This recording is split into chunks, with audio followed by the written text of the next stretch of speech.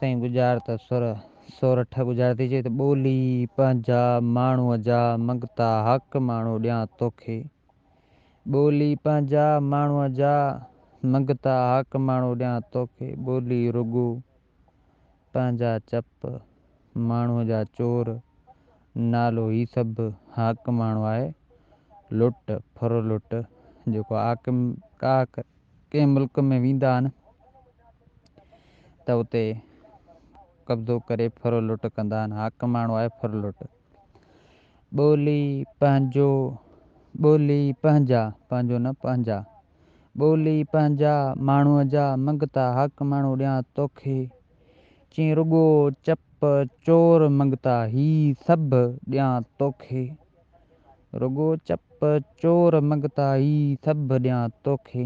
सुर सोरठ ऐं सोरठ जो ॻाल्हाइणु मंगते सां मंगता ही सॼी दुनिया दौलत तोखे ॾियां। रुॻो बसि चप चोर हा कर त बसि ही सभु मिल्कियत अलाह तलह तोखे ॾियां। खणी हलियो वञ बाक़ी राय ॾियां जो सिर न घुर। वरी ॿी गुज़ार त साॻे सुर मां। तूं जे पोख जी खणंदे त पोख जी खे मां छा कयां। तूं जे पोख जी खणंदे त पोख जीअ खे मां छा कयां। साॻियो सुर सोरठ। पोख जी आहे मुंडी।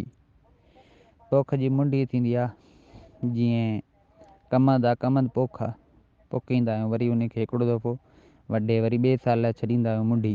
पोख जी मुंडी ऐं वरी पोख जी आहे धड़। धड़ उन शइ खे चइबो आहे पोख जी धड़। धड़ पोख जी थींदी आहे गुॾ खे चवंदा आहिनि। पोख जो गुॾ पाण गुॾ बि चऊं ऐं धड़ बि चइबो आहे।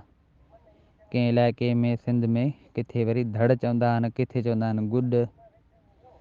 तूं जे पोख जी खणंदे त पोख जी खे मां छा कयां। चई मंगता तूं जे मुंडी खणंदे त धड़ खे मां छा कयां। सोरठ जो ॻाल्हाइणु मंगते सां तूं जे मुंडी खणंदे त धड़ खे मां छा कयां। साईं टीं गुज़ार त नालो ॾींस पोइ ॿोलीअ ते नालो वठ। नालो ॾींस पोइ ॿोलीअ ते नालो वठ। नालो आहे नसीर ॿोली आहे मर्ज़ी नालो आहे मुराद। सुर सोरठ। सोरठ जो ॻाल्हाइणु मंगते सां जी मंगता नालो ॾींस पोइ ॿोली ते नालो वठ। नालो नसीर ॿोली मर्द नालो मुराद। चई मंगता न सीर ॾींस पोइ मर्ज़ीअ ते मुराद वठ।